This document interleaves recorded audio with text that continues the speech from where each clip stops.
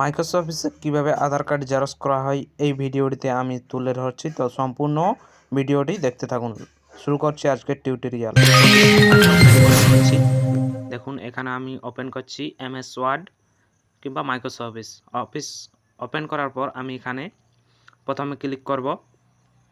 দেখুন এখানে রয়েছে ইনসার্ট অপশানের মধ্যে রয়েছে এখানে পিকচার অপশান একটি রয়েছে, এটিতে ক্লিক করব। ক্লিক করার পর আমি এখান থেকে দেখুন আধার কার্ডের ফটো নিয়ে নেব। আপনি আধার কার্ডের ফটো নিয়ে নেবেন। দেখুন এখান থেকে আমি ফটোটি নিয়ে নিচ্ছি।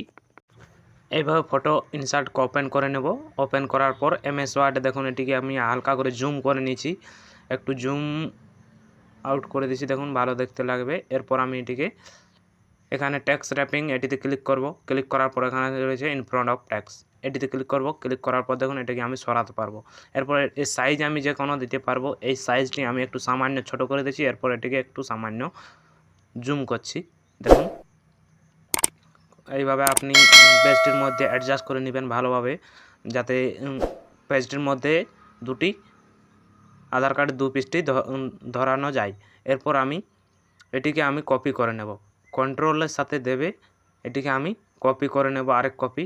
দেখুন এই সাইডে আমি এর ঠিক বিপরীত দিকে বসিয়ে দেব। কপি করার পর এর বিপরীত দিকে বসিয়ে দেওয়ার পর আমি যাব এখানে চেঞ্জ পিকচার, এইখানে দেখুন চেঞ্জ পিকচার। এরপর আমি এর বোথ সাইড অপোজিট সাইডটা নিয়ে নেব। অপোজিট সাইড নেওয়ার পর ইনসার্ট করে দেব। ওইখানে দেখুন এটি হলো দ্বিতীয় পৃষ্ঠা কিংবা পরের পৃষ্ঠা, পেছন দিকটি এখানে থাকে আধার কার্ডটি। এইভাবে আপনি চেঞ্জ করে নেবেন। চেঞ্জ করার পর আপনি আপনার পছন্দ মতো অ্যাডজাস্ট করে নেবেন ভালোভাবে, যাতে পেজটির মধ্যে ধরে যায় এবং জেরক্স করতে আপনার সুবিধা হয়। তো এইভাবে আপনি করে নেবেন। করার পর এটিকে আমি জুম আউট করে দিয়েছি, দেখুন কত সুন্দর হয়েছে, একটি পেজের মধ্যে ধরে হয়ে গিয়েছে। তো আপনি এইভাবে আধার কার্ড এরপর জেরক্স করতে পারবেন।